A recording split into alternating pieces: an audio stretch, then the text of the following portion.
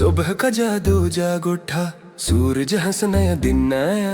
चिड़िया बोली जागो प्यारे, ख्वाब का मौसम लौट आया।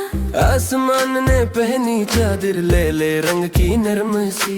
फूलों ने खुशबू बांटी, हंसी लाई हर कली। आईने में चमकी आँखी, बच्चा बोला मैं हूँ राजा। माँ ने प्यार से गाल छुए, बोली चल बेटा आज है मजा। दांत पे चमके मोती जैसे, पानी गाया छन छन के। रोशनी ने नगमा छेड़ा, दिल ने बोला क्या खूब मंजर। नाश्ते की महक उठी, रोटी बोली खा लो ना।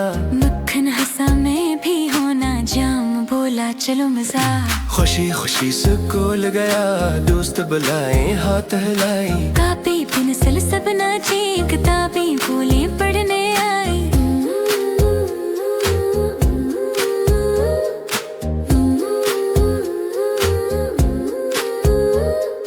दिन चमका दिल मस्काया, बादल झूमे हवा गंगनाई। हर मंजर बोला दिल से, जिंदगी कितनी प्यारी भाई। शाम ढली सूरज बोला, अब नींद की आई बारी। चांदन चांदनी फैलाई, तारों ने कही कहानी प्यारी। आंखें बंद ख्वाब सन्हरी, नींद के पर्दे उतराए। फूल परियां सब मुस्काए, प्यार के रंग बिख जाएंगे।